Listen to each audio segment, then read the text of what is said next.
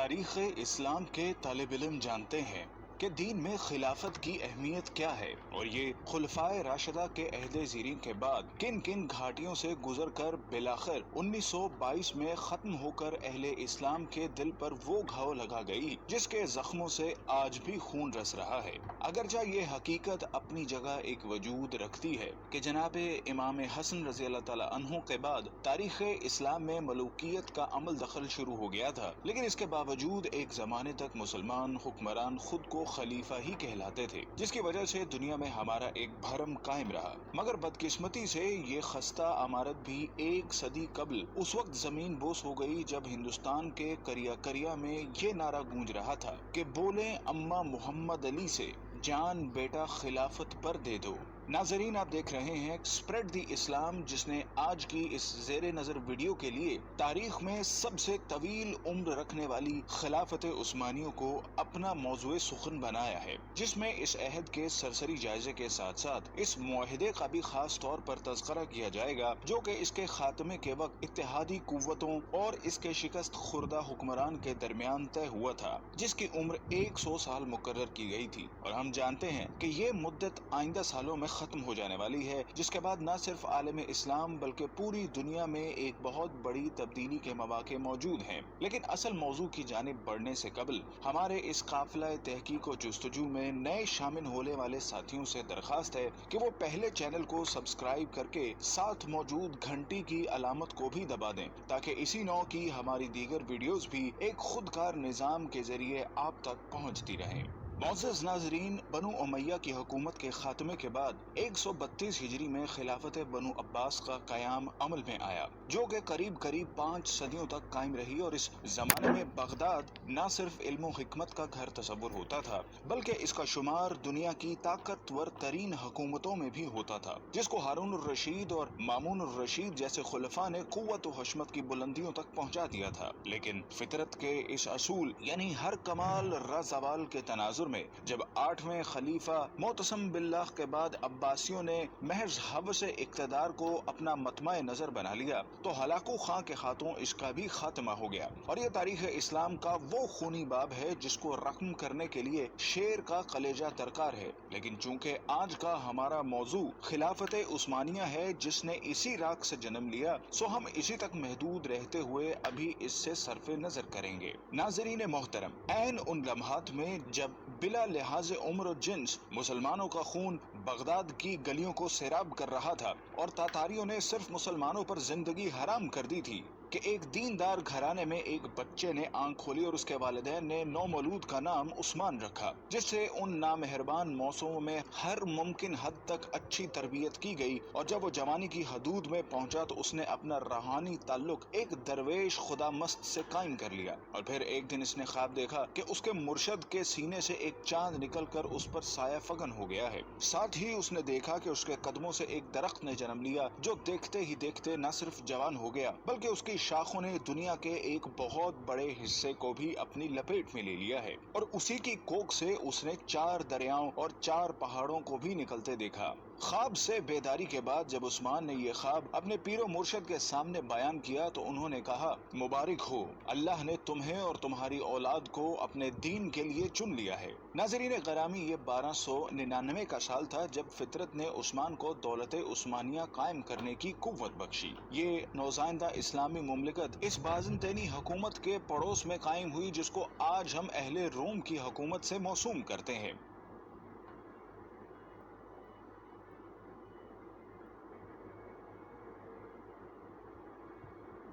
قابل قدر ناظرین، عثمان، جس کو ترک آج بھی غازی عثمان کے نام سے یاد کرتے ہیں، کا عہد حکومت ایک مثال کے طور پر پیش کیا جاتا ہے جس میں عدل و انصاف کی حکمرانی تھی۔ غازی عثمان نے اپنی زندگی میں ایک ایسی سلطنت کی بنیاد رکھی جو کہ آنے والی کئی صدیوں تک قائم رہی۔ یہ عظیم حکمران جب 1226 میں اس دنیا سے رخصت ہوا تو اس نے موت سے قبل اپنے بیٹے اور خان کو جو نصیحت کی وہ آج بھی کتب تاریخ میں ایک بہترین ضابطے کی صورت میں موجود ہے۔ اس نے کہا کہ جہاد فی سبیل اللہ کو قائم رکھتے ہوئے ہمیشہ دین اسلام کا پرچم سر بلند رکھنا اور ہمیشہ عدل و انصاف پر قائم رہنا۔ اس نے کہا کہ میری نسل سے جو شخص بھی اسلام سے بے وفائی کا مرتکب ہوگا تو وہ روز حشر رسول اللہ صلی اللہ علیہ وسلم کی شفاعت سے محروم رہے گا۔ اور پھر اس کے بعد 627 سال تک دولت عثمانیہ پر اسلامی خلافت قائم رہی، جس دوران کئی ایک نامور حکمران آئے جنہوں نے اس کی آبیاری کرتے ہوئے اسے دنیا کی ایک عظیم سلطنت میں بدل دیا۔ اور پھر آنے والے وقت نے ثابت کیا کہ عثمان کے خواب میں آنے والے دریاؤں میں دجلہ، فرات، نیل اور دریائے دینوب شامل تھے،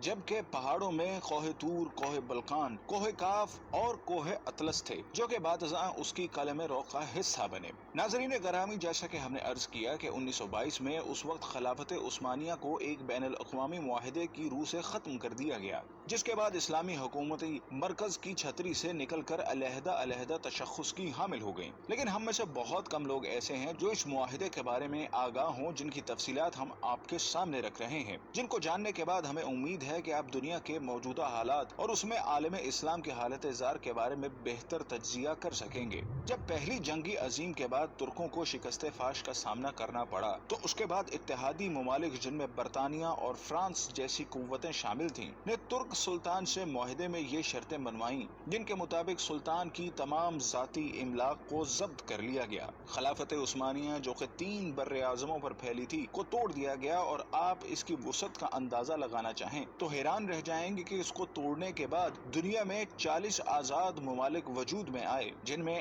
آج کی دنیا کے بیشتر اسلامی ملک شامل ہیں۔ گویا مسلمانوں کی قوت مختلف 40 دائروں میں تقسیم ہو کر رہ گئی، جس کے بعد یہودی اور نصرانی دنیا کے لیے سپر پاور بننے کا راستہ ہموار کیا گیا۔ ترکی، جو کہ اس سے قبل عالم اسلام کا مرکز تصور ہوتا تھا، کو سیکولر اسٹیٹ کا درجہ دے دیا گیا۔ سلطان کے 3 بر اعظموں پر پھیلے ہوئے اثاثوں کو ضبط کر لیا گیا، اور ترکی میں آئندہ 100 سال تک اسلامی نظام کے نفاذ اور خلافت پر پابندی عائد کر دی گئی۔ اس کے علاوہ اس کو معاشی طور پر تباہ و برباد کرنے کے لیے یہ شرط بھی رکھی گئی کہ وہ اگلے 100 سال تک اپنی معدنیات، جن میں تیل کی نمایاں دولت تھی، کو استعمال نہیں کرے گا، اور تیل کے مزید کنویں بھی نہیں کھودے جائیں گے۔ جبکہ مزید ظلم یہ کیا گیا کہ اس کی بندرگاہ باسفورس پر ترکی کی ملکیت کو ختم کرتے ہوئے اسے عالمی تصرف میں دے دیا گیا، اور یہ شرط رکھی گئی کہ ترک اس سے کسی بھی قسم کا ٹیکس وصول نہ کر سکیں گے۔ یہ تمام شرائط نافذ کرنے کے بعد ساتھ ہی یہ بھی طے کر دیا گیا کہ ترک سلطنت اگلے 100 سال تک اس معاہدے کا احترام کرنے کی پابند ہوگی۔ ناظرین گرامی، وقت اپنی مخصوص رفتار کے ساتھ چلتا رہا، اور ترک مسلمانوں اور بالعموم تمام عالم اسلام نے یہ صدی کس کرب سے گزاری۔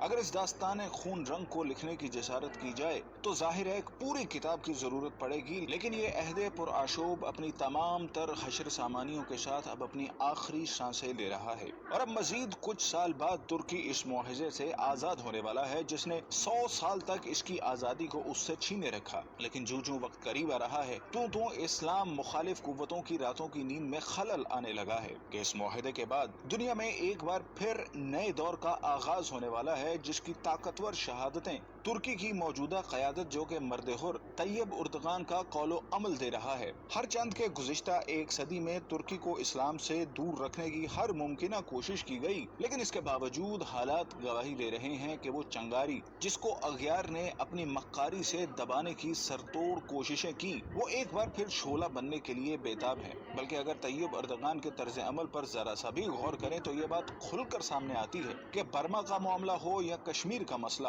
سب سے پہلے مسلمانوں کے حق میں جو آواز بلند ہوتی ہے وہ طیب اردغان کا نعرہ مستانہ ہوتا ہے۔ بلکہ حال ہی میں جب امریکی صدر ٹرمپ نے پاکستان کے خلاف زبان کھولی تو اس کی مذمت بھی سب سے پہلے ترکی کی سرزمین ہی سے کی گئی، اور جب یہ معاہدہ اپنی موت مر جائے گا تو پھر حالات کیا رخ اختیار کریں گے، اس کا اندازہ لگانا کوئی زیادہ مشکل کام نہیں۔ بلکہ طیب اردغان کا یہ بیان کہ 2023 کے بعد ترکی پہلے جیسا بیمار ملک نہیں رہے گا، بلکہ وہ عالمی سیاست میں ایک صحت مند کردار ادا کرے گا، اس بات کا غماز ہے کہ آنے والے وقتوں کے لیے خود کو تیار کر چکا ہے، اور شاید اقبال کا اس شعر کی تفسیر آمدہ برسوں میں آنے والی ہے: اگر عثمانیوں پہ کوہ غم ٹوٹا تو کیا غم ہے، کہ خون 100,000 انجم سے ہوتی ہے سحر پیدا۔ ناظرین کرام، اگر ہم تاریخ کے آئینے میں دیکھنے کی جسارت کریں تو یہ بات کھل کر سامنے آتی ہے کہ طاغوت کی ہمیشہ یہی کوشش رہی کہ اسلام کبھی بھی دنیا کے کسی بھی خطے میں اپنی اصل شکل کے ساتھ نافذ نہ ہو سکے،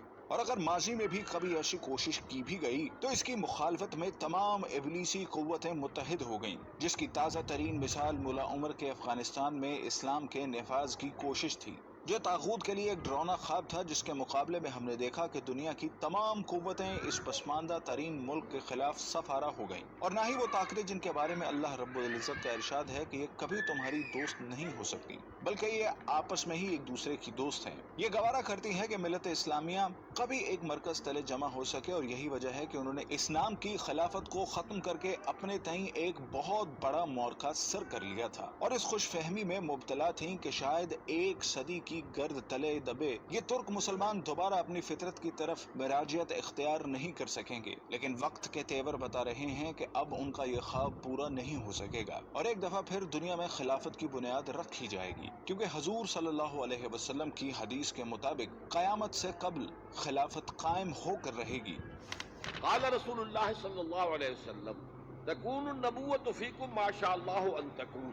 نبوت رہے گی تمہارے مابین مسلمانوں جب تک کہ اللہ چاہے گا کہ وہ رہے، یعنی میں رہوں گا۔ ثم یرفع اللہ اذا شاء یرفعها، پھر اللہ اسے اٹھا لے گا جب اللہ چاہے گا کہ اسے اٹھا لے، یعنی پھر میرا انتقال ہو جائے گا، نبوت ختم،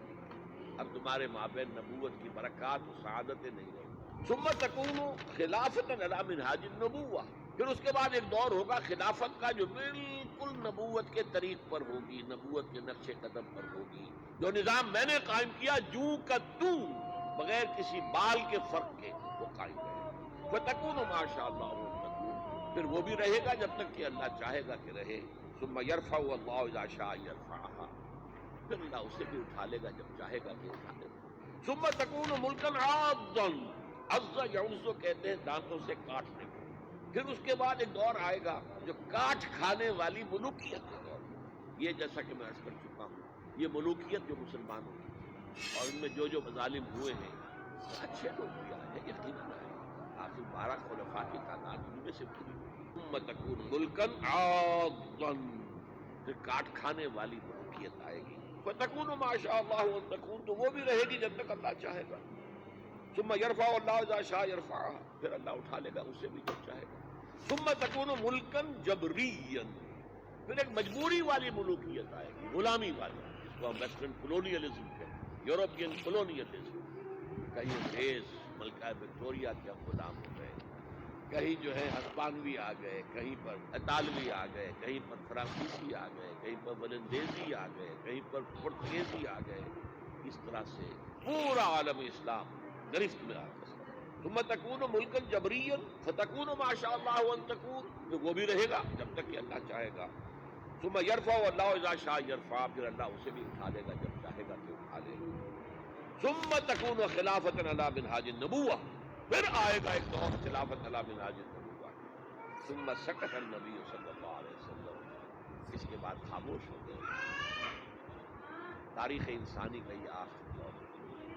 مسند احمد میں موجود حدیث کے مطابق حضور صلی اللہ علیہ وسلم نے 5 ادوار کا ذکر فرمایا ہے۔ آپ صلی اللہ علیہ وسلم نے فرمایا کہ تمہارے اندر نبوت کا دور رہے گا جب تک اللہ چاہے، پھر اللہ اسے اٹھا لے گا جب اٹھانا چاہے گا، یعنی جب تک حضور صلی اللہ علیہ وسلم رہے وہ دور رہا۔ اس کے بعد حضور صلی اللہ علیہ وسلم نے دوسرے دور کا ذکر فرمایا، پھر خلافت منہاج النبوہ قائم ہوگی، بس یہ دوسرا دور بھی جاری رہے گا جب تک اللہ چاہے گا، پھر جب اللہ چاہے گا اسے بھی اٹھا لے گا۔ اس کے بعد حضور نے تیسرے دور کا ذکر فرمایا کہ اس کے بعد کاٹ کھانے والی حکومت کا دور آئے گا۔ حکومت کا یہ دور بنو امیہ اور بنو عباس کی ملوکیت کا دور تھا۔ آپ نے ارشاد فرمایا یہ دور بھی رہے گا جب تک اللہ چاہے گا، پھر اسے بھی ختم فرما دے گا۔ پھر حضور صلی اللہ علیہ وسلم نے چوتھے دور کا ذکر فرمایا، پھر جابرانہ بادشاہت کا ایک دور آئے گا۔ جابرانہ بادشاہت سے مراد غیروں کی غلامی کا زمانہ ہے۔ پھر حضور نے 5ویں دور کا ذکر فرمایا کہ پھر خلافت منہاج النبوت قائم ہوگی،